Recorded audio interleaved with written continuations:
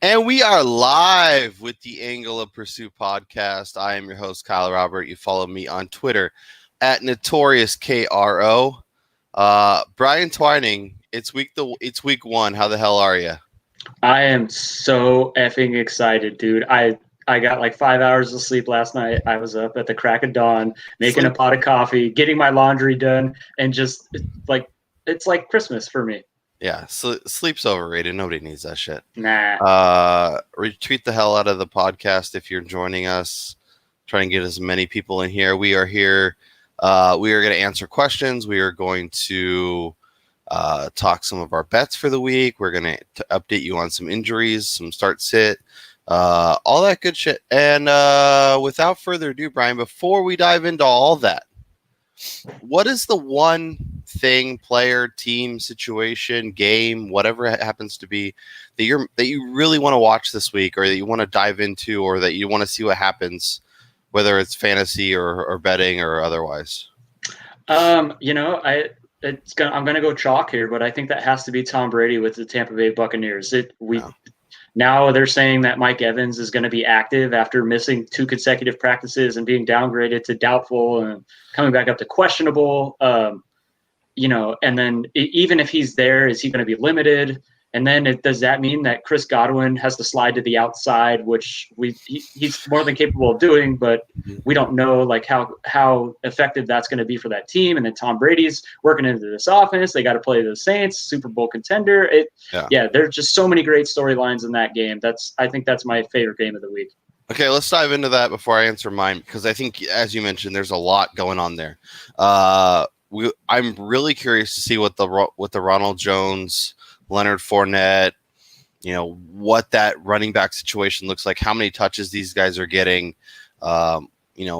We've talked a lot during the offseason about the Bucs becoming more of a 12 personnel offense and more Godwin and Evans on the outside and utilizing both tight ends. I'm curious to see if that's what actually pans out, or if Godwin's just like, if they punt on that early, Godwin's in the slot and absolutely ripping it up.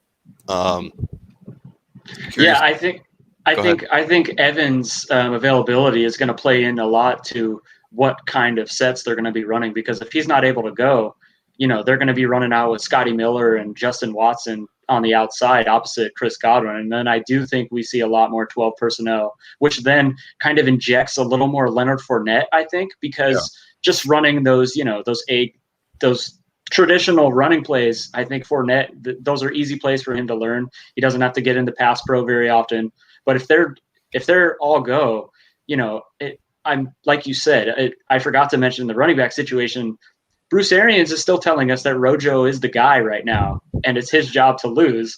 But how many times a compulsive liar? So. Yeah, how many times has he made these statements and then completely backtracked on it come game time? So it's going to be interesting to watch. Yeah, no, I'm very curious. I also like if they play a lot of Cameron Brate and a lot of Gronk, that could mean a lot of running, and that could be very interesting. For me, the game situation I'm most interested in is I'm going to watch that Cleveland-Baltimore game really closely. I'm really curious to see what Stefanski's offense looks like in year one. Obviously, it's week one, so we can't dive in too crazy one or the other. But I want to see what Baker looks like. Like, this was an offense that, in terms of, if you just look at it on paper, is full of fantasy relevant options. It's an offense that should be much more concise, much better at moving the ball, much more looking like an actual NFL offense instead of just like a backyard Jeff Fisher style throwing rocks around offense. I'm also curious to see how well J.K. Dobbins plays. Or how much, I guess. I haven't been shy about my optimism for him and what I think he could be, and I'm very curious to see, because if he comes out, like, I don't expect him to out-touch Mark Ingram today. Like, I think Mark Ingram gets more touches, but I also have a feeling that, like, if he gets like 3 carries and like no catches, then he's probably a little farther off than I want to admit. If he's like 60-40, 55-45, I'm gonna say let's fucking go and let's run this. Let's run it up because J.K. Dobbins is taking over.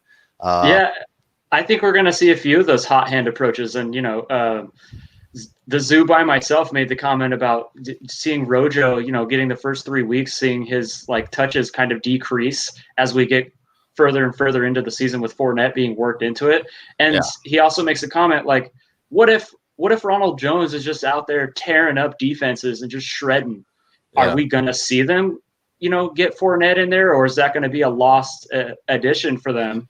I mean, Ronald Jones just completely runs away with that job. It's a running back that they're not paying a lot of money to. It could be there's a non-zero chance that Leonard Fournette is cut by week 3 or 4, and they're like, go find a team you can play with because we're happy with our situation.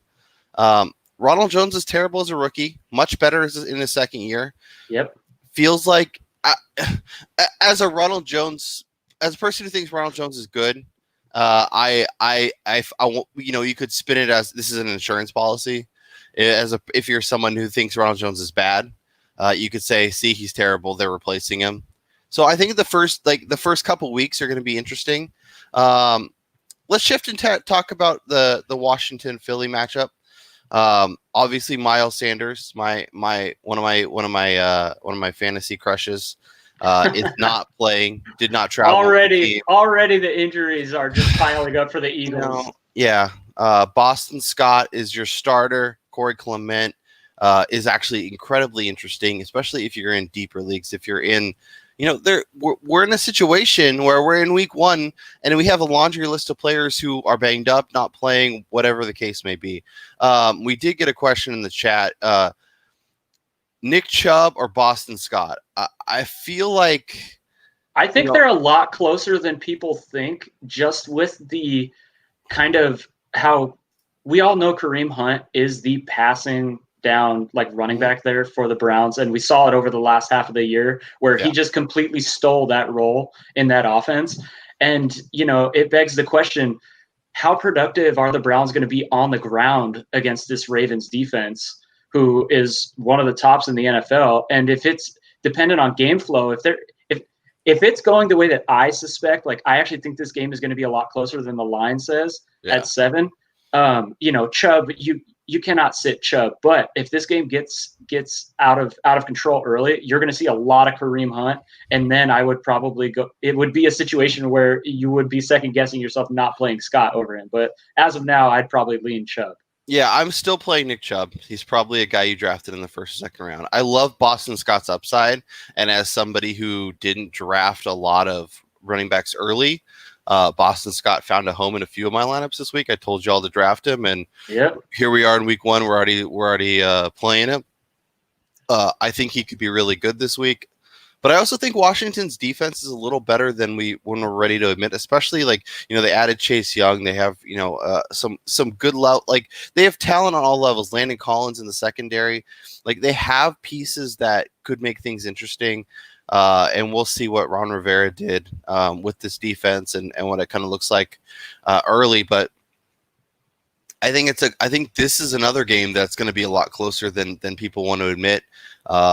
It might be kind of ugly. And I don't know. I like Scott. I think he's a 70% Miles Sanders, but I'd much rather play Nick Chubb and over, if you use the draft capital that in week 1, I don't mind if you took say Matthew Stafford, as your QB1 and someone better is sitting on the waiver wire and you make that move. But if you drafted a running back or receiver you really trust, and I obviously, you're going to want to be a little flexible with matchups. And if it's something you would do in week 6 or week 10, then you do it in week 1 if you really feel strongly. But I'm not sitting Nick Chubb. No, it's like you said, it's week 1. You spent the draft capital on this guy to be one of your anchors to your team. You have to play him to see what we're going to get out of them. And to that point of that line moving, it's moved an entire point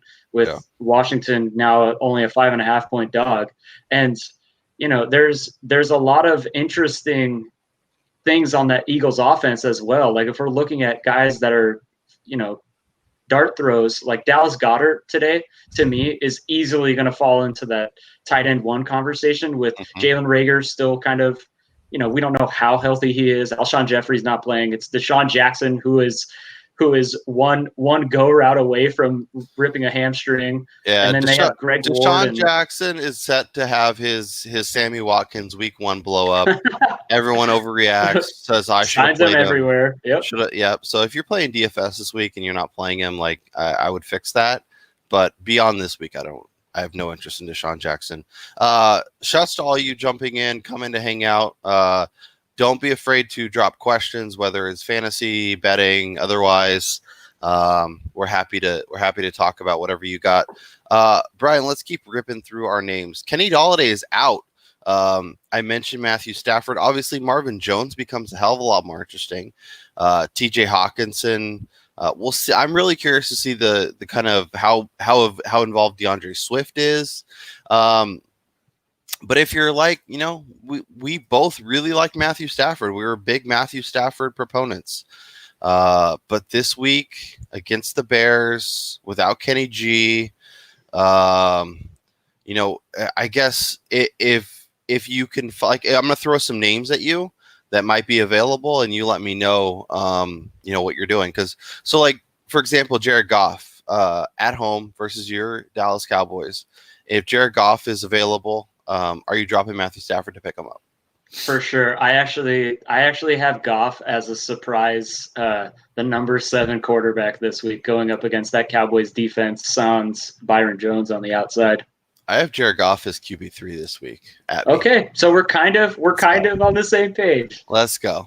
What about Gardner Minshew against the Colts? See, that one, I see a lot of people like tooting the horn for Jacksonville because they are going to have to throw a lot because that defense is just going to be anemic. I don't know what he's got on the outside. The only person that's really a viable option is DJ Chark, and he had his best games when Nick Foles was there. They seemed to have a better rapport in that week 1, and then he was kind of up and down, and then there's a lot of new pieces there with Chenault and Tyler Eifert, and I think Chris Conley's involved. I think GJ Chark is involved, and I think Laviska Chenault is somebody that we're going to be talking about on the Waiver Wire show, which every Monday night we will record. It'll be on your YouTube feed, on your Spotify, on your iTunes, with the names that we are targeting on the Waiver Wire, and I feel like he's going to be a guy that. Laviska Shenault, 7 targets, 5 carries, 80 total yards and a touchdown. He's a guy that you need to be going to the waiver wire. If you have flexibility on the back of your roster, some of these names we're talking about, the Boston Scotts, the Laviska Shenaults, if you have a second quarterback that you don't really need, if you have other pieces, Let me just interject with that one and just tell everybody how I roll. So in one league, I'm super aggressive in this league. I will probably be playing this week without a kicker and a defense. Therefore, just taking the L because I have so many of these high upside, like what we don't know what we're going to get out of them. Yeah. Players on the back end of my bench. And it's almost a situation where if it's a 12-person league, I would prefer to take the L and work my way the rest of the year to see where these guys are going to fit into their offenses than to waste a roster spot on a kicker and a defense. I mean, it's not crazy. Smart. I wouldn't do it, but it's not advisable. But if you're looking at your matchup and you go like, obviously week 1's a little harder to do this. Like, but I don't mind doing that every so often. I tend to at least try and play one of those things just because. Like, kickers are so weird, and they'll get like 14 points from them 1 week, and that could be the difference between you winning and losing. We have another question in the chat. We've been talking about Jarwin season all off season long. Does Jarwin season get going in week 1, or are you more interested in, say, TJ Hawkinson? We mentioned Kenny G is out. Is there a better chance of him having an uptick in targets and being heavily involved this week?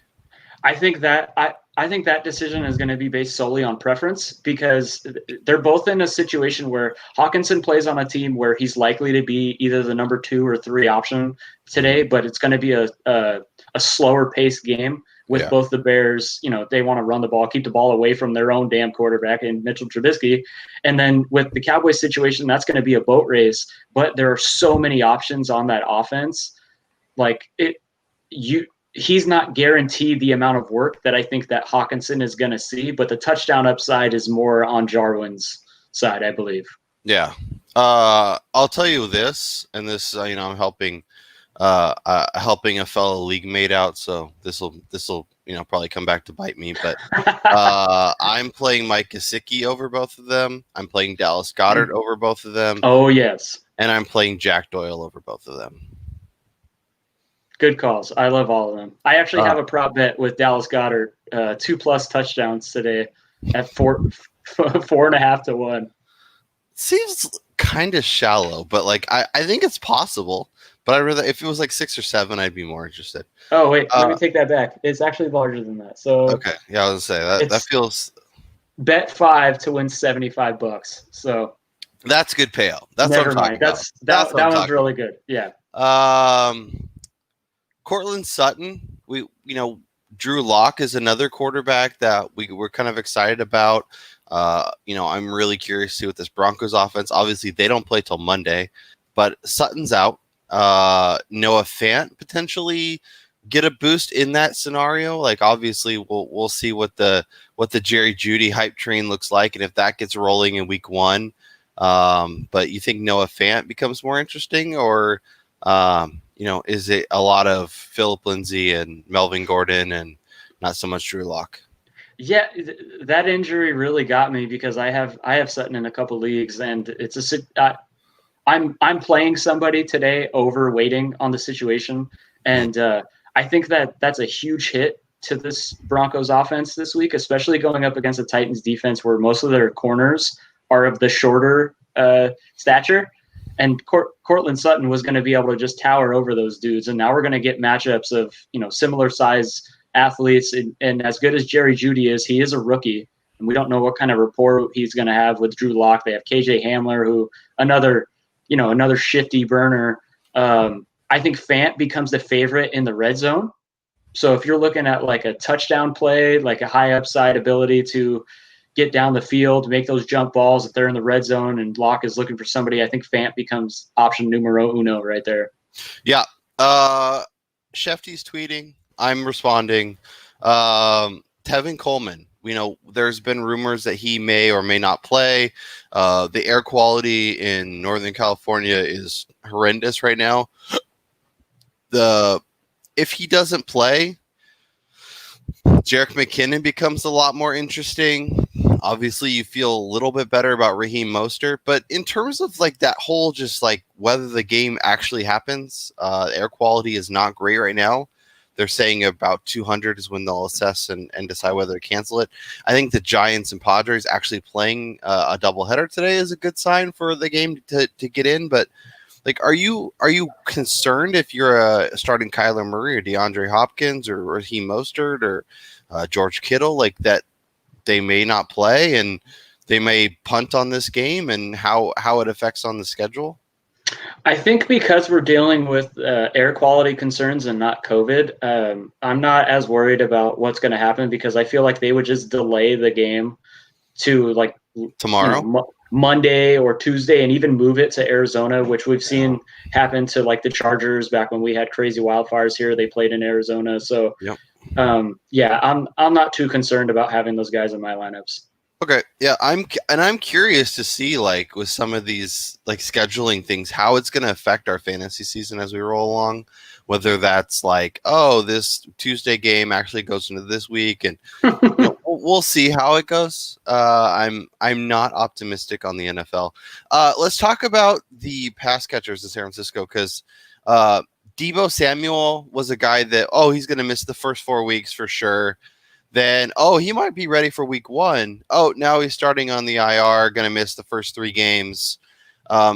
If you're a Deebo owner, is this should you be like, oh, okay, this was, like obviously playing would have been great, but this might actually be better for long term. This was kind of part of the plan anyways. Or are you like, well, this might be a little bit of a concern, and if you're looking to pick up the Boston Scotts and the LaVisca Chenaults and the guys who could be, fantasy relevant in the next couple weeks, like, is that a move you're making, or are you going to hold on to Depot knowing that he was a guy before the injury that people were, we were considering 5th, 6th, 7th round as a guy who had legit like top, 20 wide receiver upside? Yeah, no, I'm not dumping Deebo Samuel right now. He's I mean, if you're 2 weeks in and he's not playing and you're 0-2 and you have your week 3 matchup is against the team that's just crushing his first 2 opponents or her first 2 opponents, yeah, maybe you think about that. But the upside with Samuel is just so great, as he is the clear-cut number 1 option on the outside there. I don't see a world where it's smart to be dropping him right now. I agree.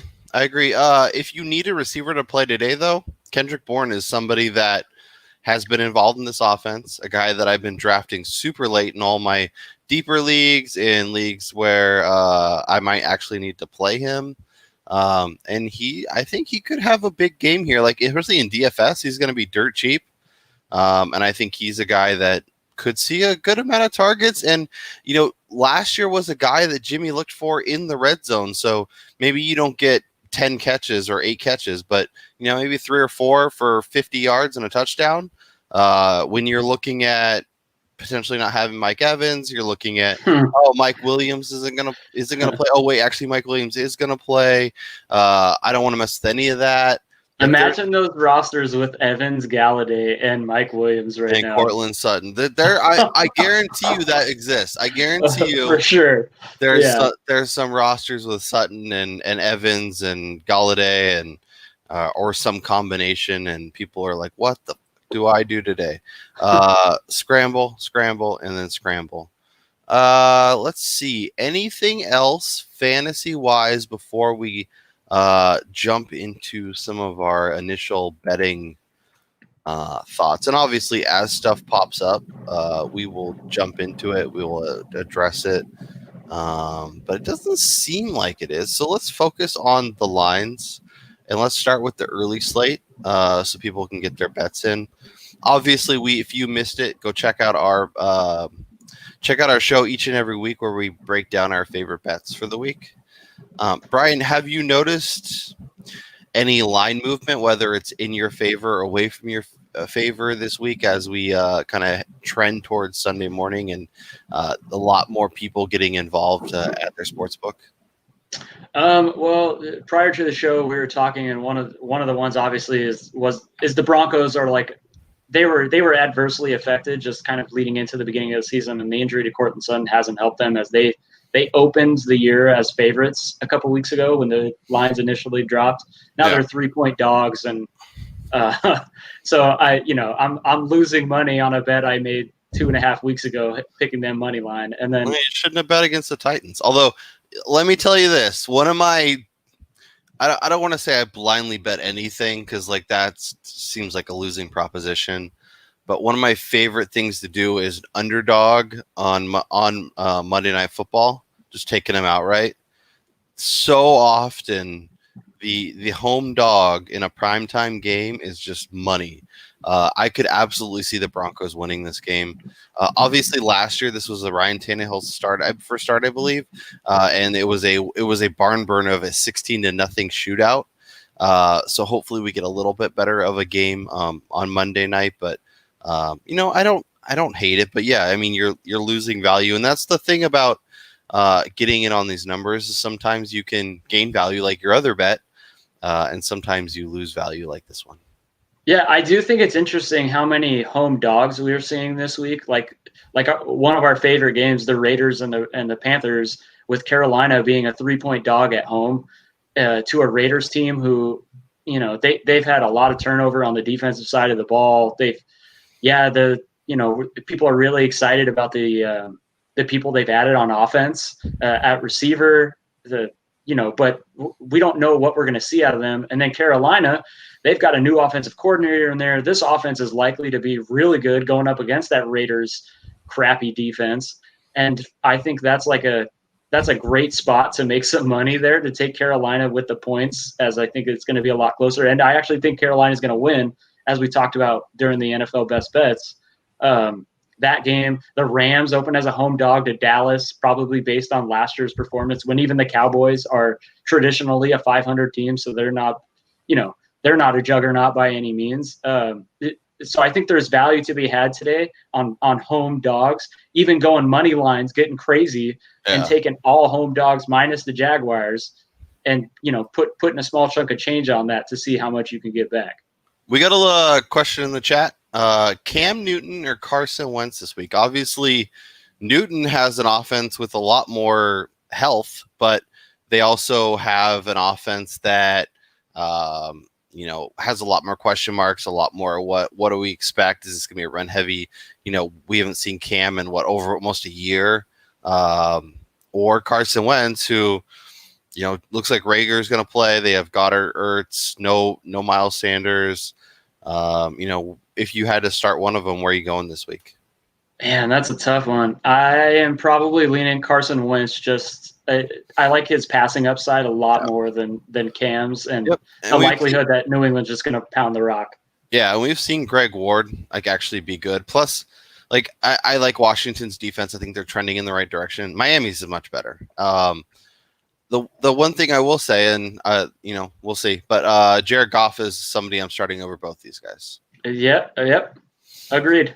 That's what we do. All right, let's get back into the betting. As you join the show, if you want to leave questions, please feel free to drop them in the chat. We're happy to answer and give you our opinion. Once again, it's our opinion. If you disagree or don't like our responses, feel free to fade us. So Brian, I'm looking at some numbers here. As you mentioned, the Panthers are still 3. It depends on where you look. A lot of them they're juiced up, which I think is interesting. Just because I feel like the Raiders are one of those teams. We often see it with the Steelers or the Packers, where they just have to hang a better number for the other team, just because they know if they made the Raiders 2.5, they would probably get pounded. So leaving it at 3 and just kind of adjusting the juice makes things interesting. I think the Falcons number is interesting.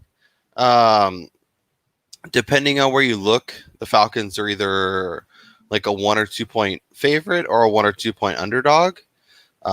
It's I guess it says a lot about the game and kind of where we're at mentally too. Is this is going to be I think this is going to be a game that I'm going to want to put on and just watch and enjoy. I lean Falcons. I think they're the better team, especially because they're playing at home.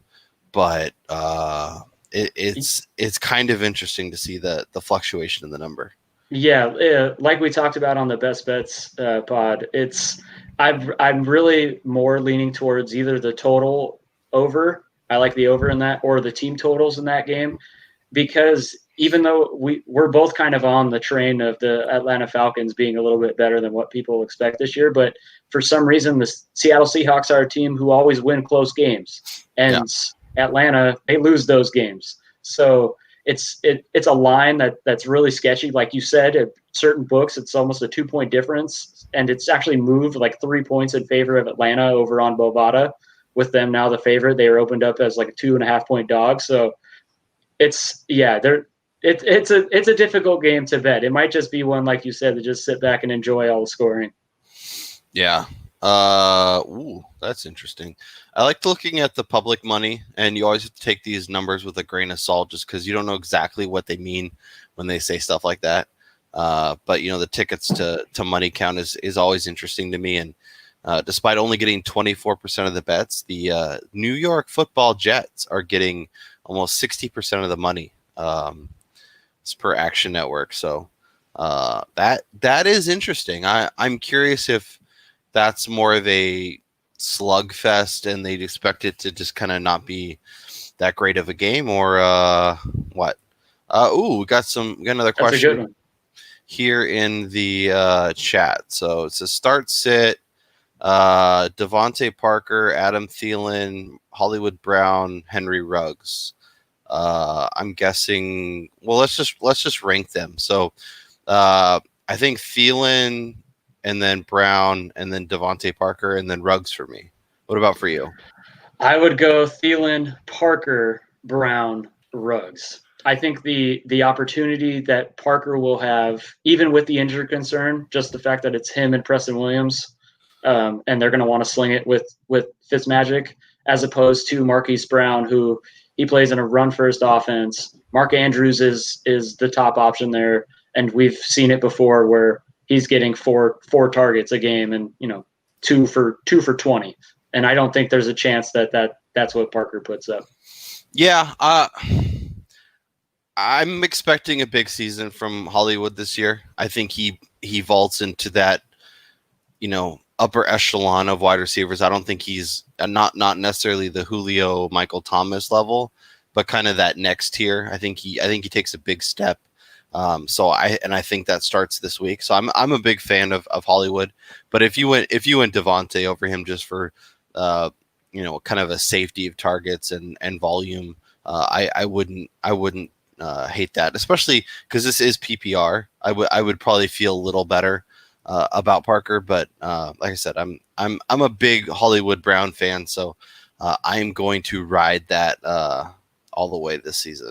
I like Brown's prospects for the season, but I have to stay true to my word. And you can check out my article I write every week. It's a start sit article, and this week I highlighted Marquise Brown as a sit, just in that situation of game flow and stuff like that over at fakepigskin.com. But so I'm going to stay true to what I'm saying, and I'm going to go down in a ball of flames if he goes out and puts up that 8 for 120 and 2 TDs on me. But I just don't see it this week.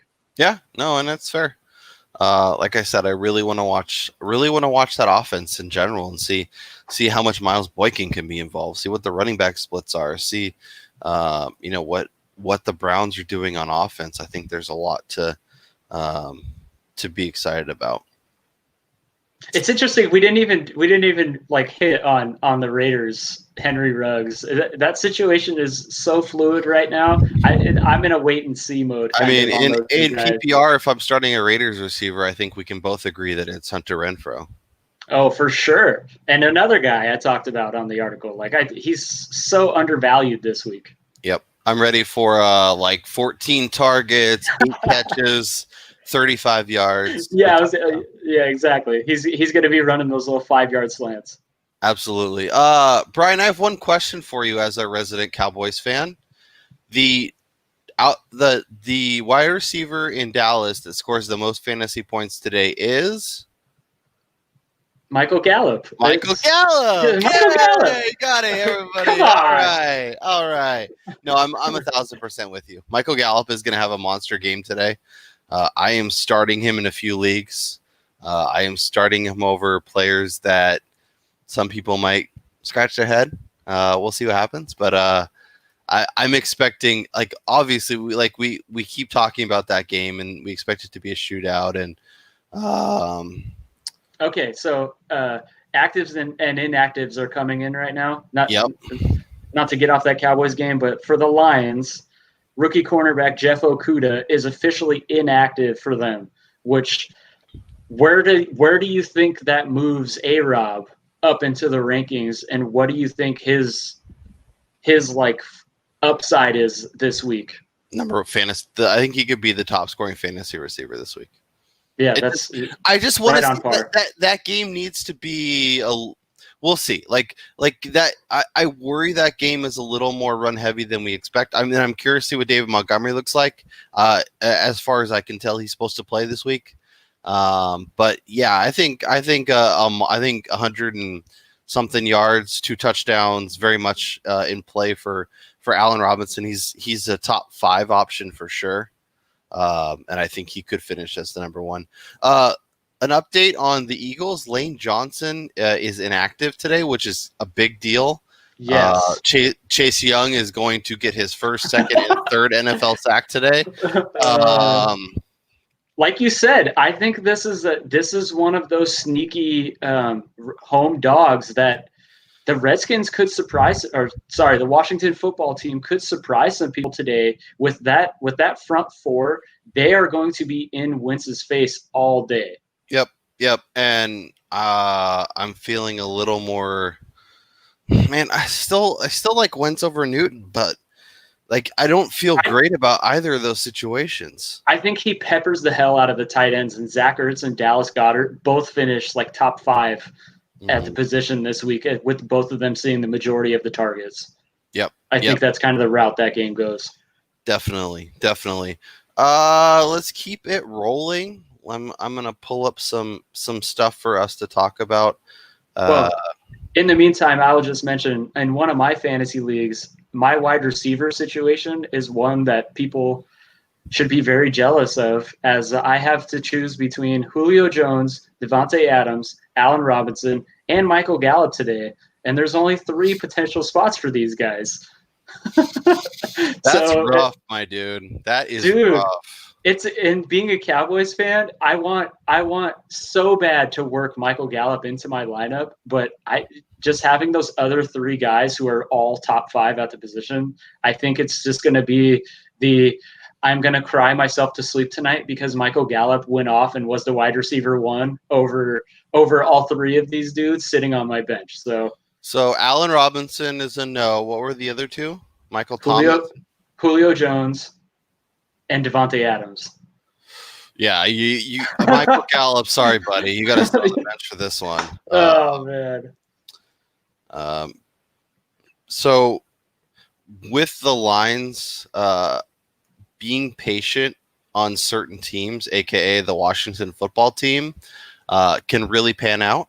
And the line is moved to 6.5 now.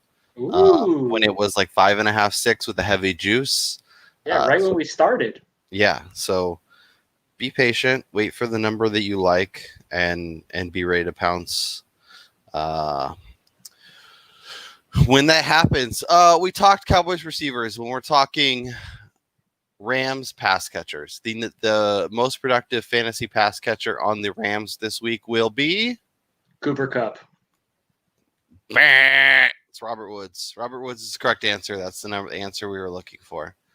We could talk about some of those contracts. Like I think it's funny that we spent a lot of the offseason wondering about Alvin Kamara, about Dalvin Cook. Obviously, Cooper Kupp got his deal too, but all these guys got locked up right at the last minute. It's really funny. I still think Madison's really interesting. I still think Latavius is really interesting, but it's something we hit on early on when people were talking, oh my God, what am I doing with Kamara? What am I doing with Dalvin Cook?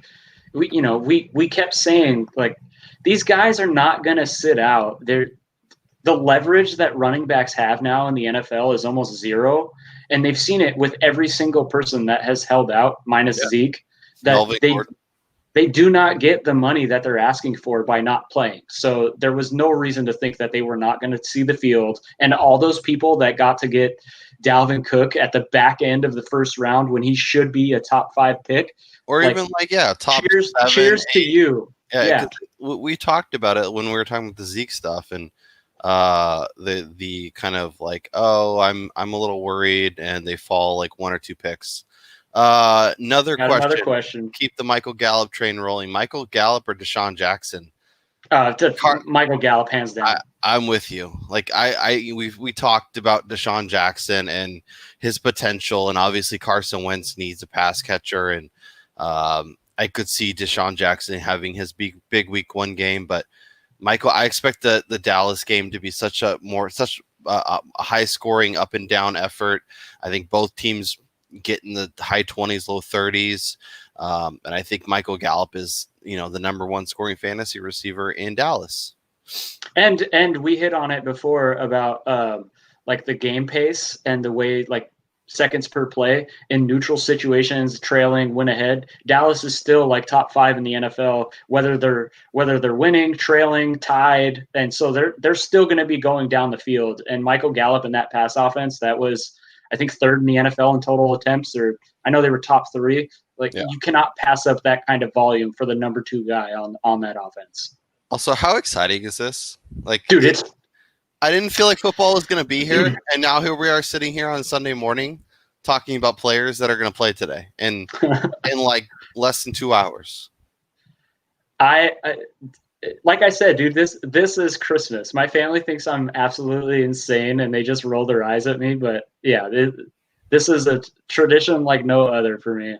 So what's your setup going to look like today? You got Red Zone on. You got multiple games. What are we doing? Oh man, I rock the NFL Game Mix channel on DirecTV. It's the only way to watch it for me. I watch 8 games at one time. I like to see all the plays in between the 20s. I'm not just interested in scoring for fantasy purposes. Like, I like to see that crazy 8-yard diving reception for a first down on 3rd and 7 by Larry Fitzgerald over the middle. And yeah, I cannot get enough of football on Sundays. So I got 4 screens. The middle screen will probably be it'll be on Sunday Ticket for sure. Probably bounce around a little bit. I'll have one of them on one of the screens on the Red Zone just so I can keep an eye on it, and then I'll probably have a couple games on of my wagers. Carolina and Oakland and or Vegas and I'm gonna be saying that a lot. And Baltimore, Cleveland will probably get 2 of the TVs. Yeah, which game do you think that you're going to have the most wagers on? I'm really trying to be patient this week, but it'll probably be the Sunday nighter. I'll probably be looking at Rams team total, Dallas team total. I already got down on the game. I'll probably look at some Robert Woods and Michael Gallup player props, and be a Michael Gallup to score a touchdown, Robert Woods to score a touchdown. But yeah, I think that's it. What about you? It's probably the Raiders and the Panthers. I'm extremely interested to see what we get out of Josh Jacobs. I like the player props for him for total yards. I'm in love with the other Panther wide receivers not named DJ Moore player props. Curtis Samuel. Yes, especially this week. Like, I love his props on receptions, yards, potential to score a touchdown. Like, there's a lot of money to be had in that game for an offense that is going to probably get close to leading the NFL in total pass attempts. And I think Teddy Bridgewater is another guy who, if you're playing daily, I have him in a few lineups. Like, he's extremely cheap, but just the volume that we're going to see out of him, and the potential of his guys who are some of the best at yak yards. Like, there's so many opportunities for them to have those huge plays without even throwing the ball down the field. And I think that because, like, in DFS, like, his ownership level probably won't be very big. So I think he's a guy that is kind of cheap that you can then load up on other positions. And I think that's why that game is, like, probably, other than my Cowboys game, my favorite game this week. Yeah. Who would have thought, huh? Carolina and Vegas being one of the games we're most excited about. But it's all for legit reasons. Obviously, from a betting perspective, from a fantasy perspective, like, that game is going to be interesting. Obviously, it has 2 of the 5 or 10 best running backs. It has some upside receivers. It has, elite tight ends. The Ian Thomas breakout happens this week. All the good stuff we've been talking about. And remember, guys, it's week 1. Because your player had an amazing week doesn't mean they're the best thing that ever happened. Because your player that you've spent all off season reading about and researching and got excited about has one bad game doesn't mean you should drop them, doesn't mean you should trade them, doesn't mean they're worthless. It's going to be a long season. Like, strap in, get ready, be patient. Brian and I will be here every Monday night, Tuesday morning to help you get ready to attack the waiver wire. We are here every Friday to look ahead to the week, talk about our DFS, our betting, all of that stuff. So make sure you subscribe, mash that thumbs up. It really does do a lot. Tell your friends to come check us out. Brian, is there anything else, or should we? So I I also wanted to mention that week 1 of the NFL season is probably the most difficult for odds makers to come out with lines, because a lot of this information is based off of last year's results, as well as their prognostication as to what they're going to see from that team, which, as we all know, it doesn't matter how much football you've watched or how long you've been doing this. Not everybody and nobody is able to perfectly predict how good these teams are going to be. So next week, we could see a ridiculous amount of lines just completely opposite of what we would have seen in week 1. And then we'd go back and say, wow, I can't believe that team was a touchdown underdog, or that team was a touchdown favorite. So these week 1 lines are extremely difficult. So don't get down if you're not hitting your parlays, or if your lock this week absolutely shits the bed and just, makes you look foolish for thinking that team is going to be fantastic, because week 1 is the most difficult week of the season to wager. The one thing I will say is the first 4 weeks of the season, the last 4 weeks of the season are the time to take advantage of bad numbers. Yes. As you mentioned, there's a lot of stuff based upon old information. If you feel like you have an edge, attack it. That being said, don't blow your whole bankroll in one game or one weekend. Be patient. You don't have to bet everything. You don't have to bet all the games. But if you see numbers that you like,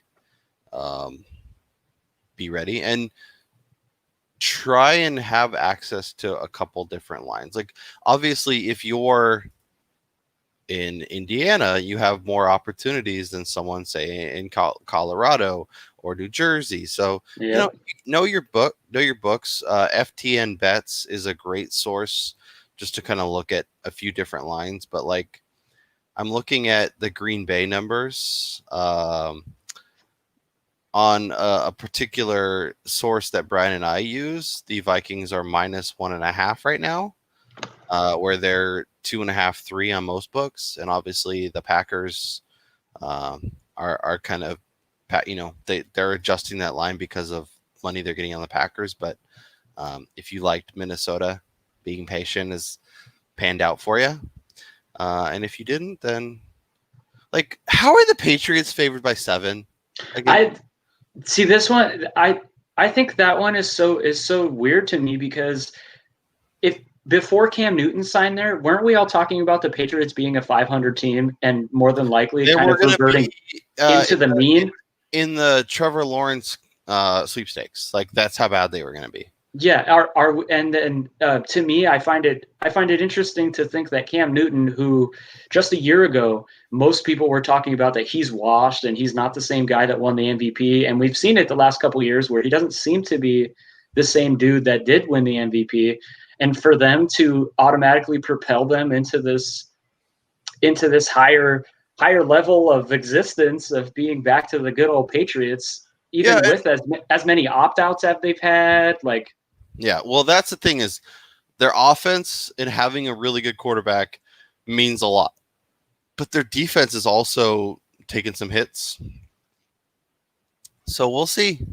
I'm really, like, they're a team that, like, over the first 4 weeks, we'll know. Like, if you think they're awful, just fade them for 4 weeks, make all the money, and then watch that line move. If you think they're actually good, then take them and see what happens. But I gotta say, I'm extremely excited to see the Dolphins. Mm-hmm.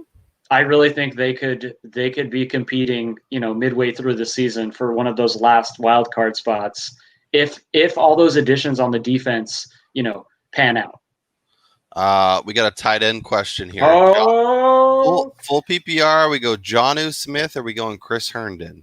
Oh man, to me, this is a automatic lock it in Chris Herndon. Denzel Mims ain't playing. They got Brashad Perriman, the journeyman wide receiver 3. Like, I think Sam Darnold is going to be loving his buddy Chris Herndon back. I could not disagree with you more. Jonnu Smith, I just don't get it, man. Like, I was extremely excited every single time that Delaney Walker would get injured. I was excited for Jonnu Smith, and he never did anything. Here's the Jonnu Smith experience. He looks good at times. Delaney goes down. It's time for Jonnu to vault. Absolutely not. Next season, okay, Jonnu's not that good. Jonnu vaults. He's important to this offense. He's probably the second best pass catcher on the team. This is Come on, man. Why the Corey Davis slander? Because Corey Davis is not good. I wanted him to be good. I really, really, really did, but it's just not happening. Like it's not. Jonnu Smith is absolutely my favorite play. And as for taking tight end late, I love that move. Like I got a lot more Kelsey than I anticipated, but if I don't get Kelsey or Kittle in round 1, I'm jumping down. We got a couple more here. All right, we got questions rolling into the chat. Devontae Parker, Amari Cooper, David Montgomery, or Raheem Mostert in standard. Where are you going, Brian? Well, I'm going. Well, I'll just assume it's maybe 2 guys, or I'm thinking it's 1, but you could pick your top 2 options. For me, it's in order of preference. It would go Mostert, Cooper, Parker, Montgomery. Just with the Montgomery injury worries, like I think we see a little more Tariq Cohen today than what we would normally. That is my answer as well. DJ Chark, is it Chark week, or is Odell Beckham the play? Remember when Odell Beckham was the wide receiver 1 and everyone loved him and he was 1,400 yards and 14 touchdowns and was a stud. Now we're questioning him or DJ Chark, and for the right reasons. Like that, I expect that offense to be better. But this week, I think DJ Chark's the answer. And for me, I'm going to Odell with Jarvis being slightly banged up and even in a tough matchup. Yeah. I think Odell gets peppered with a lot more targets this week than what he saw last year. And with that and him being the best option on the outside, I think Odell could have a surprisingly good week. Yeah, I mean, like I feel like this offense is going to look a lot like what we wanted them to look like last year. And I feel like they're going to finally come around and prove to be that, kind of live up to the expectations we set a season ago. That being said, I'm going to still go DJ Chark. It's very close. But I think, I expect the Jags and Gardner Minshew to be productive today. Like, I think the Colts probably win. But I think that game's a fun one to watch, a lot of up and down. I think both teams throw quite a bit. And as we mentioned with, there's a lot of questions at what the receiver may look like opposite Chark and where Laviska Shenault and Chris Conley and Eifert and all these guys fit in. But I just think the volume's going to be there, and I think he's going to have more production today. To each their own. Mm-hmm. What do you guys think about Rojo? We talked about it at the beginning. We're both very pro Rojo coming into the season. I think the first couple weeks are going to be critical to, seeing how he's going to pan out. I'm definitely holding him. I'm not dropping him. I don't know that I'm comfortable enough to play him unless I'm, lost Miles Sanders and don't really have much else behind it. I want to see what the splits are going to look like. If it's truly what Arians is saying, and he's going to see 60 or 70% of the work, then he's going to be an absolute monster. But if it's going to be 40% him, 40% Fournette, and 20% other stuff, then it's going to be a situation to avoid until we get some clarity.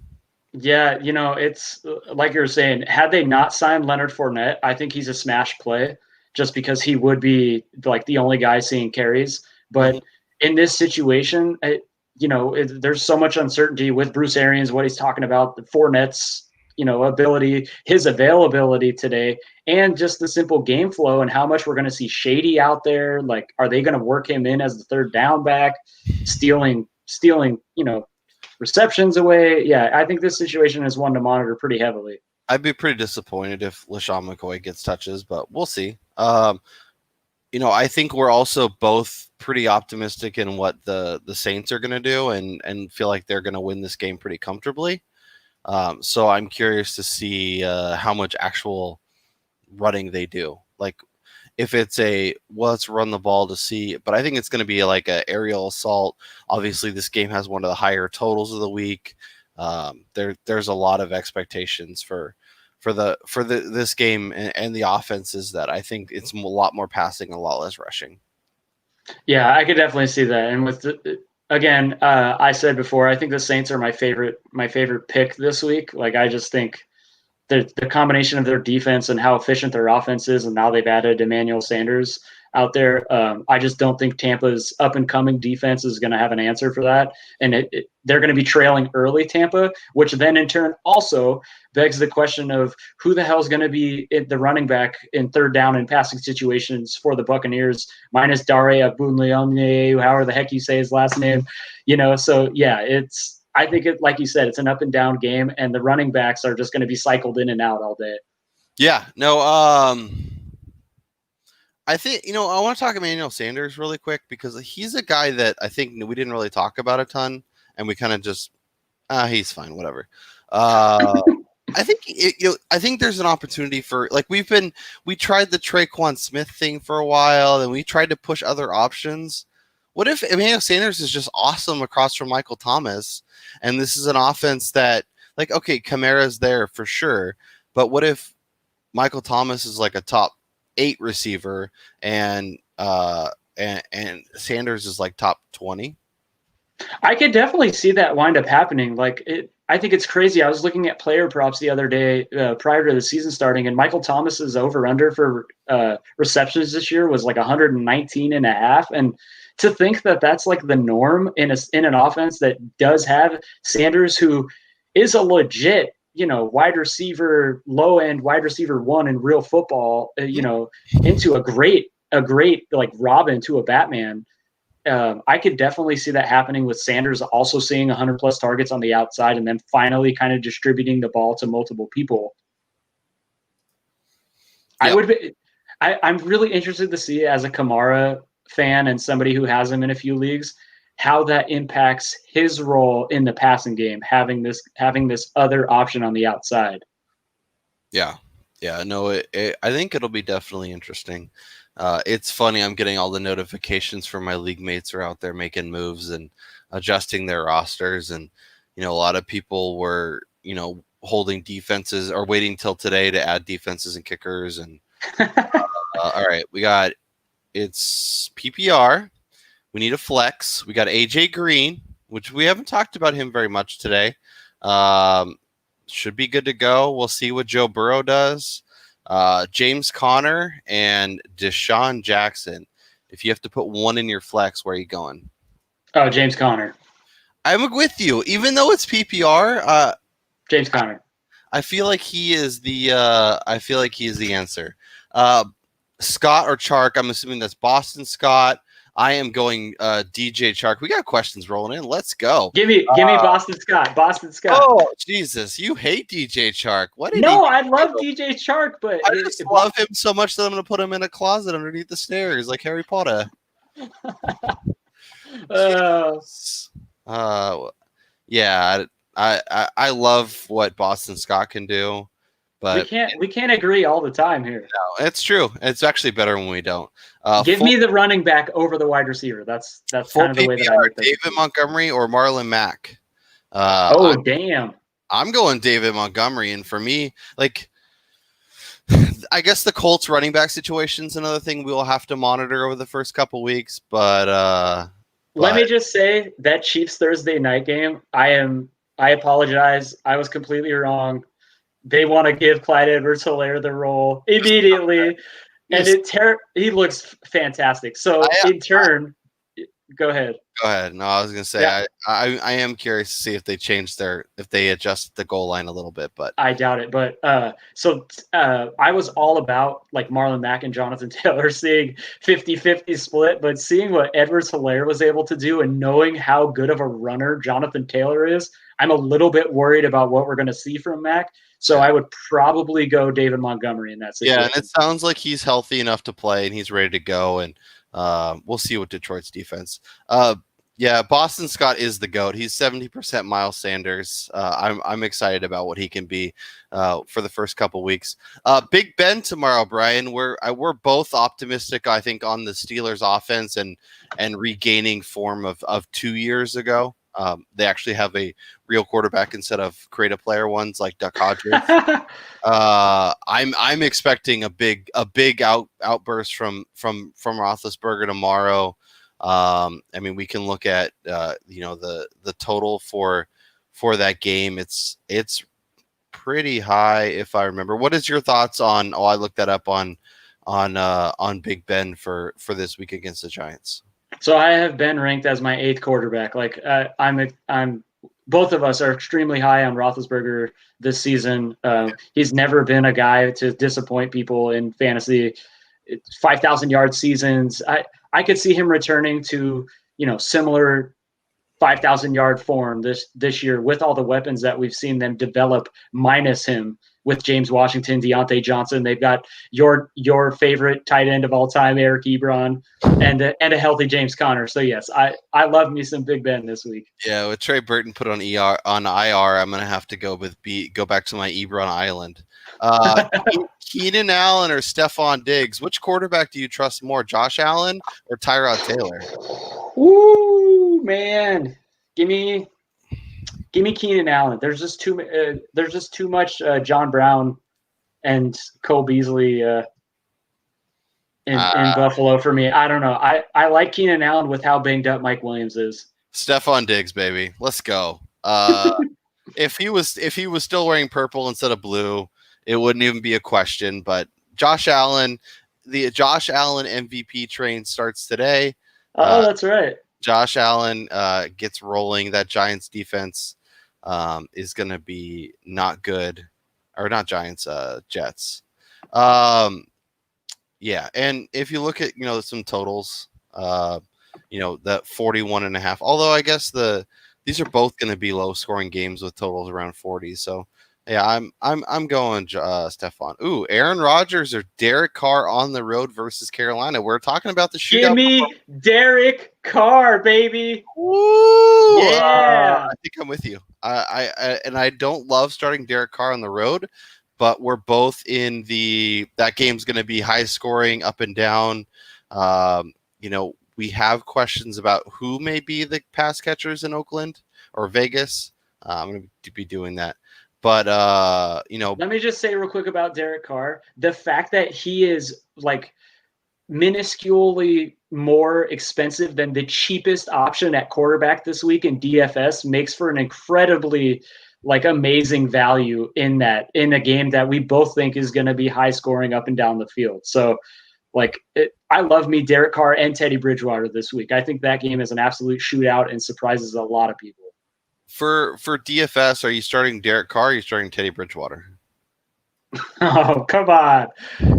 I think it's dependent on what route I want to go with the other positions, because if I like doing a Raiders stack and then on another entry going a Panthers stack.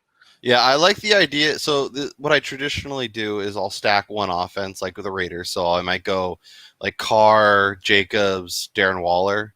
Oh, I love that. I have that in a couple. And then coming back with a pass catcher on the other team. So, you could go DJ Moore. I might go. I love Curtis Samuel. So he's the cheapest option of all three of those dudes. I do like taking advantage of that. Carolina's defense is bad. It's going to be really bad. So yeah, it's quite a week to jump on the Derek Carr bandwagon, but here we are. Okay. Don't do it. Don't do it. I can't do it, Eric. I can't. No. I can't. Jordan Reed is not something I'm ready to do.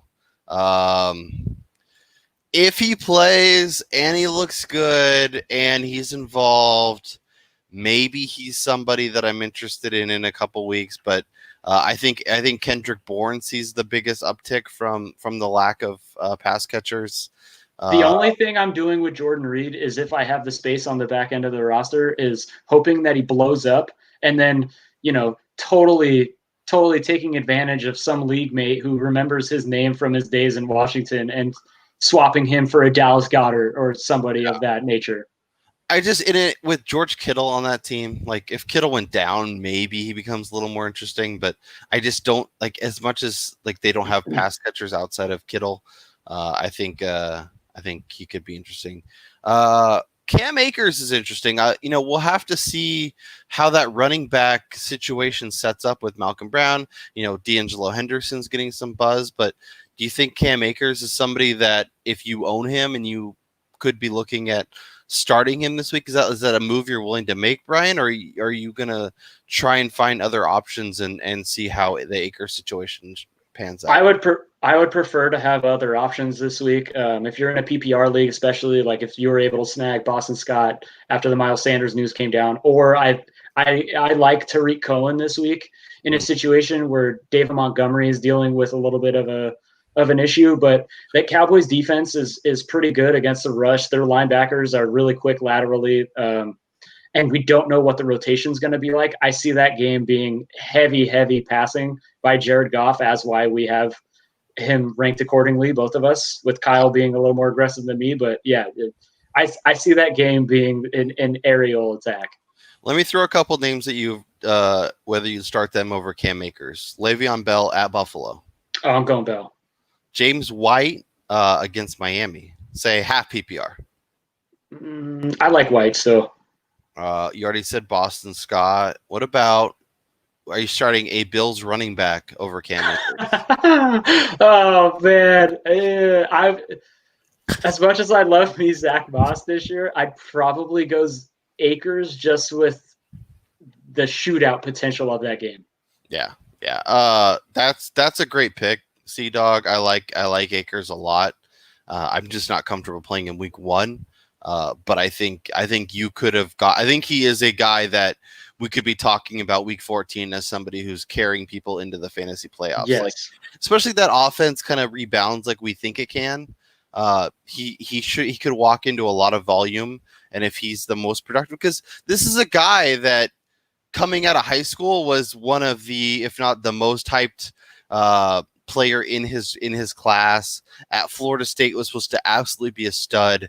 That program was a mess. Obviously, they've moved on from their coach, and a couple times in Akers, run with the Seminoles. So, I'm in terms of talent, he's got it in bushels. We'll see if it actually comes to fruition, but hopefully that offensive line can be okay. I expect that passing game to be a lot better. So they shouldn't be able to stack the box, and there should be plenty of opportunities. I think Akers is somebody that, if you're looking at the next couple weeks, could be very much in play, assuming he gets the volume. Like next week they play the Eagles. I think that's a place you could use him. I don't know if I love him at Buffalo, but then the Giants, Washington, the Niners defense is a defense you could run all over. Like that could be the, that kind of first couple weeks of October could be the breakout, and all of a sudden he becomes a guy that goes, up a couple thousand on DraftKings and becomes somebody that is universally owned and started. Yep. All right. Let's see if we got any more questions before we get out of here, because Brian, we also have to get our teams ready. Yes. Is there any decisions you're still mulling over? You're still stressing about? Anything you're worried about on any of your teams? Well, we talked about the wide receiver situation for me, with me really wanting to get Michael Gallup into my lineup. I have $1 million and I just got offered more money. Like, yes, we know you're dealing with really tough decisions over there. Like, I have so many good receivers, I can't play all of them. I think my biggest decision this week is going to be what I'm doing with Deandre Swift, and am I trusting him as a flex play? And then I have a couple like lower level wide receivers, but in high scoring matchups. Like, am I going DeAndre Swift or a guy who I'm really high on this year? I like Russell Gage. He's active. in the game that's going to be high scoring. Yeah, I mean, when you're getting into that level, I think you have to stay with Swift. I think Swift's another guy kind of in the Akers bucket that could be really important as the season rolls along. Like I'm starting Boston Scott over him in a full PPR just because I feel better about it. But I could definitely see a situation where, especially because we talked about with Galladay out, where Deandre Swift has 80 to 100 and something total yards, a touchdown or two, and everybody's talking about him, come Monday. We're going for PPR. We got to pick two. We have Mark Ingram. We have Raheem Mostert. We have DJ Chark. Who is riding the bench this week, Brian? DJ Chark is not swimming in the waters this week. Oh, Jesus.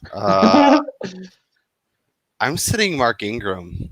Oh, how could you say Mark Ingram? It's not J.K. Dobbins' time yet. It is, though. That's the thing. Even if it is like that with that rushing offense, even if J.K. Dobbins supplants him as the starter in week 1, you're still looking at a 40-45%, percentage difference there. And Mark Ingram's still going to see 10-plus carries out of the backfield. And if it's PPR, I always lean receiver. Really? Oh yeah. Man, give me those 2 receptions for 8 yards and 10 carries for 60 and a touchdown any day.